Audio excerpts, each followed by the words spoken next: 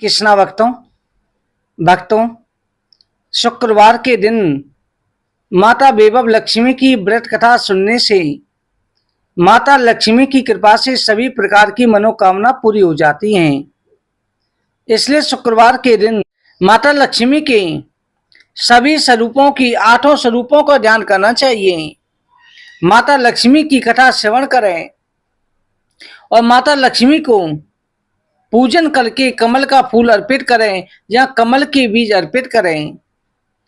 अब वैभव लक्ष्मी की कथा प्रारंभ करते हैं। बोले लक्ष्मी माता की जय।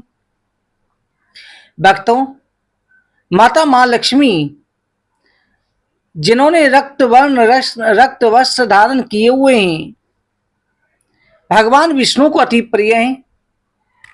जो माता लक्ष्मी मन को आनंद प्रदान करने वाली हैं, समुद्र मंथन के समय प्रकट हुई और भगवान विष्णु की पत्नी कमला के रूप में संसार की रक्षता हुई। माता लक्ष्मी संसार की रक्षा करती हैं। ऐसी माता मां लक्ष्मी को नमस्कार है।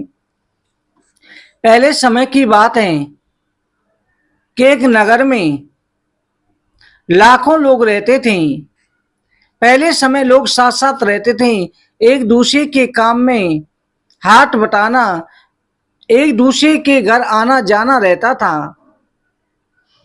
परंतु आज के समय पर कोई किसी के परिवार की चिंता नहीं करते। उस समय पर सभी अपने अपने घरों में रहते हैं, फिर भगवान का भजन कीर्तन भी करते हैं। इस तरह से समय निकलता गया। उसी नगर में शीला रहती थी। शीला जो थी बहुत अलग धार्मिक प्रवृत्ति की थी, संतोषी थी। उसके पति का नाम विवेक सिंह जो सुशील था। शीला और उसका पति ईमानदारी से जीते, किसी की बुराई नहीं करते, प्रभु भजन में अच्छी तरह से समय व्यतीत करते। उनकी गृहस्थी आदर्श गृहस्थी मानी जाती थी। शहर के लोग उनकी गृहस्थी की सराहना करते थे। शीला की गृहस्थी इस तरह खुशी खुशी चल रही थी। कहा जाता है कर्म की गति अटल होती है, विधाता के लेख को कोई समझ नहीं सकता। इंसान का नसीब पल भर में राजा को रंक बना देता है। इधर जो है शीला के पति पूर्व जन्म के कर्म भोगने बाकी रह गए थे। दोस्तों के साथ बैठना उठना था। जल्दी से जल्दी करोड़पति बनने का ख्वाब देखने लगा। इसी बीच उसने गलत रास्ता पकड़ लिया। करोड़पति बनने की बजाय रोडपति बन गया। रास्ते पर भटकते भिखारी जैसी स्थिति हो गई। शहर में शराब, जुआ, चरस, गांजा, इनमें शीला का पति फंस गया। दोस्तों के साथ उसे भी शराब की आदत हो गई थी। जल्दी से जल्दी पैसे वाला बनने के लालच में विवेक जो दोस्तों के साथ जुआ भी खेलने लगा। इस तरह बचाए हुए धन को भी उसने सब कुछ गंवा दिया। पत्नी के गहने भी गंवा दिए। सब कुछ जो उसने लुटा दिया। इधर जो है फिर वो शीला को गालियां देता, शीला को पीटा कि कुछ धन दे। शीला संस्कारी थी, अपने पति के बर्ताव से उसे दुख हुआ, किंतु भगवान का भरोसा करके बड़ा देर रख करके दुख सहने लगी। क्योंकि उसे पता था कि दुख के पीछे सुख भी आता है, दुख सुख का जोड़ा है। इसलिए शीला जो प्रभु भक्ति में लीन रहने लगी। इस तरह शीला सेन ये दुख भोगती हुई प्रभु भक्ति में समय बिताने लगी। एक दिन दोपहर का समय था। अचानक उसके दरवाजे पर कोई आया। शीला मंदिर में भजन कीर्तन करने भी जाती थी, अब उसका वहां जाना भी छूट गया। दरवाजे पर कोई आया, अतिथि का सत्कार करना चाहिए सोचकर कि शीला ने खड़े होकर के दरवाजा खोला तो देखा एक बुढ़िया माई खड़ी है। उसके चेहरे पर अलौकिक तेज था। उनकी आंखों में से अमृत बह रहा था। भव्य चेहरे से करुणा झलक रही थी।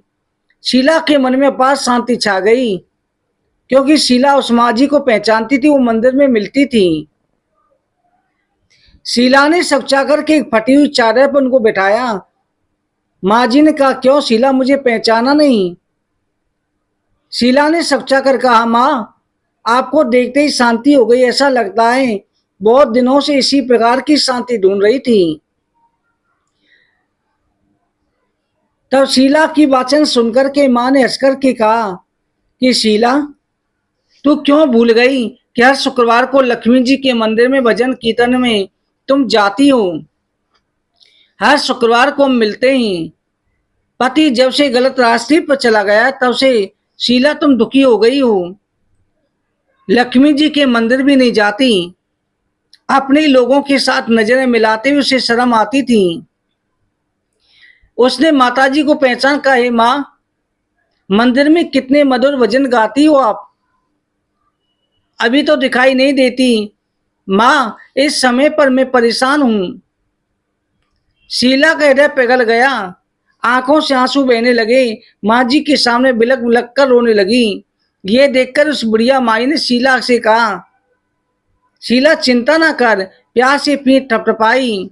बुढ़िया माई ने कहा, बेटी, सुख और दुख धूप और छांव जैसे होते हैं, सुख के पीछे दुख आता है।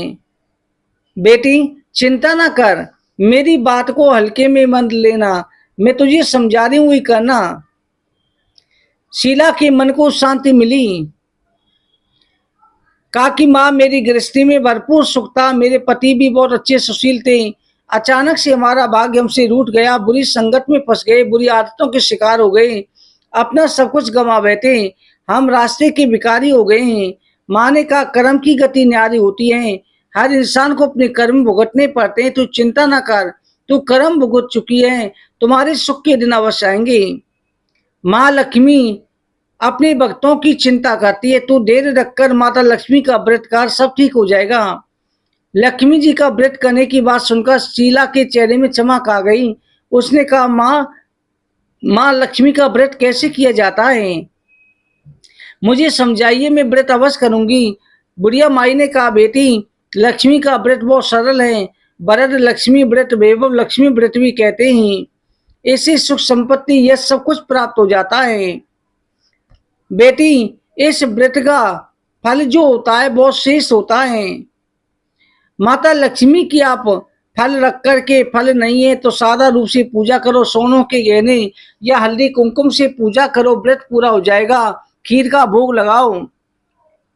ये व्रत शुक्रवार को करना, स्नान करके स्वस्थ वस्त्र दान करके सारा दिन माता लक्ष्मी का स्मरण करते रहना, किसी की शिकायत नहीं करनी चाहिए। शाम को पूर्व दिशा में मुख करके आसन पर बैठकर सामने एक चौकी पर रूमाल रख करके चावल का छोटा ढेरी रखे, एक तांबे का कलश बना करके रखे, एक कटोरी रखे, सोने के चांदी के जैसी इच्छा हो वैसे आभूषण भी रखे या सिक्का ही रख देवे। बाद में घी का दीपक जलाकर के माता लक्ष्मी के स्वरूपों का ध्यान करें, श्री यंत्र रखें, वैभव लक्ष्मी का पूजन करें। पहले गणेश जी की पूजा करके माता लक्ष्मी की पूजा करें, लक्ष्मी जी का स्तवन करें, रुपए को हल्दी कुमकुम चावल चढ़ा करके पूजन करें।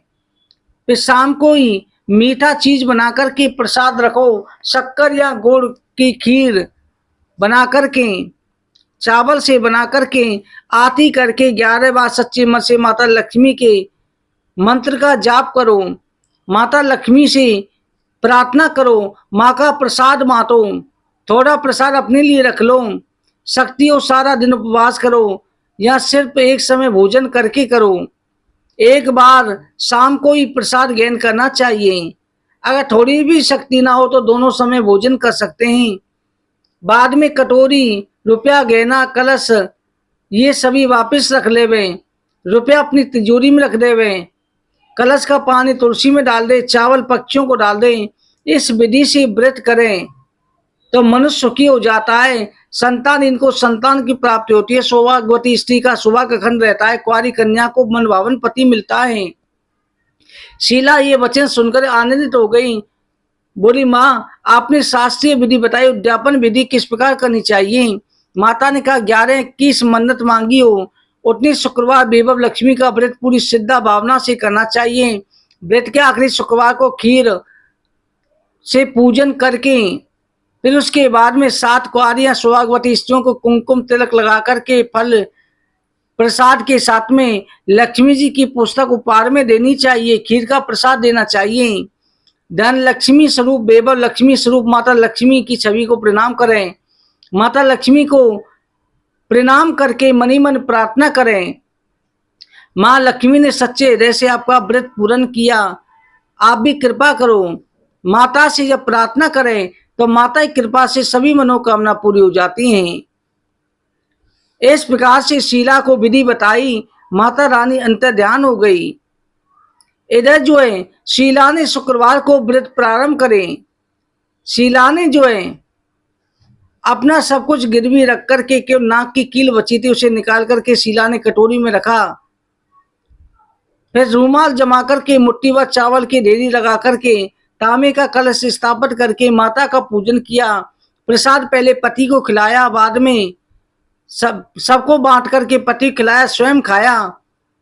अब उसके पति के स्वभाव में फर्क पड़ा, उसने शीला को मारा नहीं, सताया नहीं, बड़े आनंद के साथ में रहने लगा और पहले के समान धन दान हो गया।